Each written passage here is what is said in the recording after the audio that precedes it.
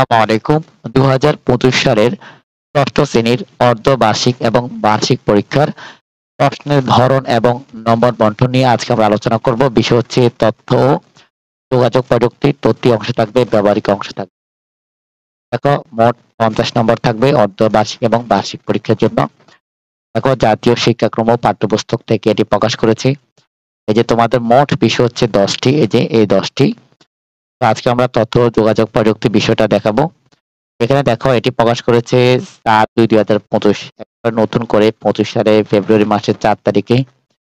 দেখো, এখানে আমরা দেখে নিই ৫০ কিভাবে ভাগ করেছে। তৃতীয় অংশের জন্য ২৫ নাম্বার, ব্যবহারিক অংশের জন্য ২৫ নাম্বার। তো তৃতীয় অংশ ২৫ কিভাবে দেখো, ১৫টা নাম্বার এই যে। আর এখানে প্রতিটি বহুনির্বাচনী প্রশ্ন একটা এক করে থাকবে। সংক্ষিপ্ত প্রশ্ন থাকবে ৮ দেওয়া থাকবে। কোনো ৫ করতে হবে।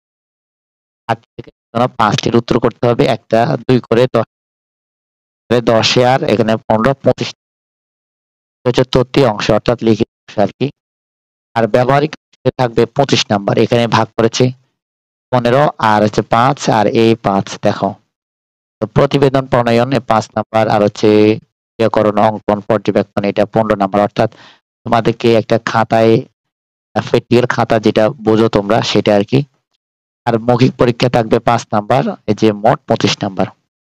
তো এই হচ্ছে তোমাদের নতুন কারিকুলামে ২০২৫ সালে ৬ষ্ঠ শ্রেণীর তথ্য ও যোগাযোগ প্রযুক্তি বিষয়ের ৫০ নম্বরে অর্ধবার্ষিক এবং বার্ষিক পরীক্ষা কিভাবে হবে সেটা দেখালাম।